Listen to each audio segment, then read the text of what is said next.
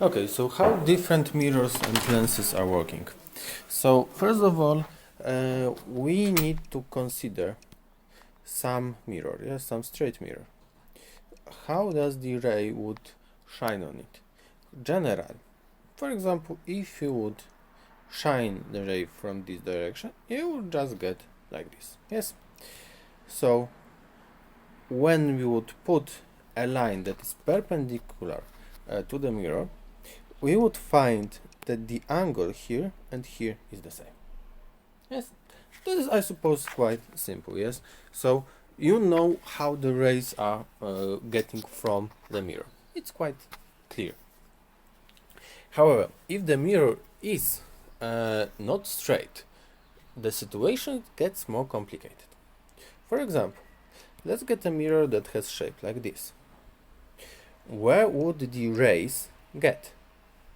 Yes, you would shine the ray, and you can feel that this would be somehow in this direction. Yes, when you would straight in the middle, it would get back in the same direction. When you would get here, it would get somewhere like here. Yes, you can, I suppose you can feel it, but let's make it more precise. So when you see something like that, a mirror of that shape, you can conceptually think that this is a part of the circle. Yes? Of course, we are just thinking about the circle. It's not the circle per se. That's why I am partially destroying it. But every circle has some center. That's very important.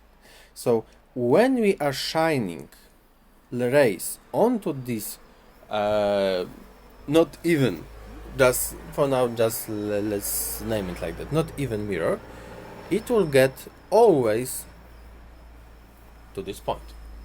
Yes, you read a bit more about this thing, but this is a general idea. This is the most important concept, the most important intuition, that you consider this as a part of the bigger structure. Yes, conceptually, part of the circle. Situation when we have some lenses is relatively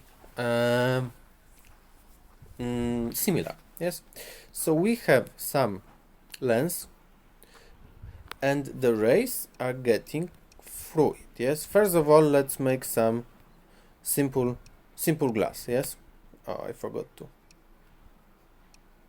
Okay, let's make some simple glass. Yes, so it is just simple glass. What would happen with the rays? Most of them would just get straight through. Some of them would bounce back. Yes, but most of them would just get straight through. But what would happen if you would have not straight mirror, not straight glass? Yes, when you have some lenses.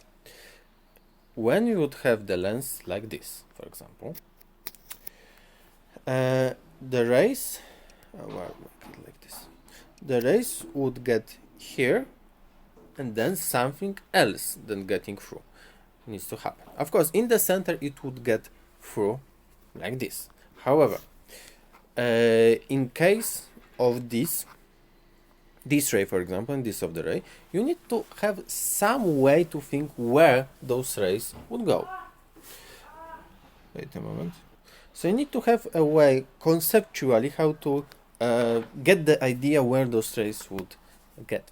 So of course the best idea is always to think about the lenses as a part of the bigger circle. Yes, think where the center of this circle would be localized, and now you know that generally the rays would like to get into the center of the circle. However, when we are shining from this direction and we know that it's getting through, it's impossible. However, we can get one more time imaginary lines. Yes, so this could go in the direction like that. Why in the direction like that? Because imaginary line would get into the center of this circle. I suppose it's quite clear, but well, let's get with one more situation. Yes, we get the same lenses, but we are shining the light from different direction.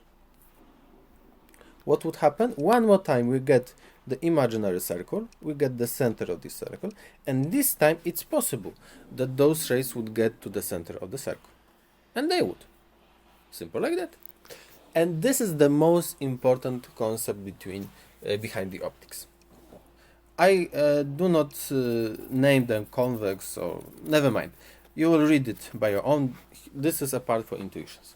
So, now let's go on with this. We can have problems with short-sightedness, for example. So the situation when we do not see well on short distances or big distances. Generally, in those cases, we have a problem that the eye is, for example, too long or too short. So when this center, yes, this focal point, where we have all of the lights concentrated, is centrally on the retina, everything is good. We see a sharp object, we can see sharply. However, the pathology is when this focal point is not in the retina, but somewhere anteriorly to a retina or posteriorly to the retina. So what we can achieve through the lenses? The lenses can change the position of this focal point. Yes? So getting appropriate lenses will change the position of the focal point and get this to the position that we want. So if the focal point is too much to the anterior, it can pass it to the posterior.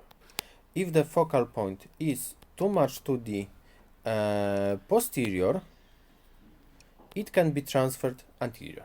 Yes, and we can achieve this through the appropriate lenses. Of course, you need to read first through it to understand it, but these are the most important intuitions to get. Okay, thank you very much.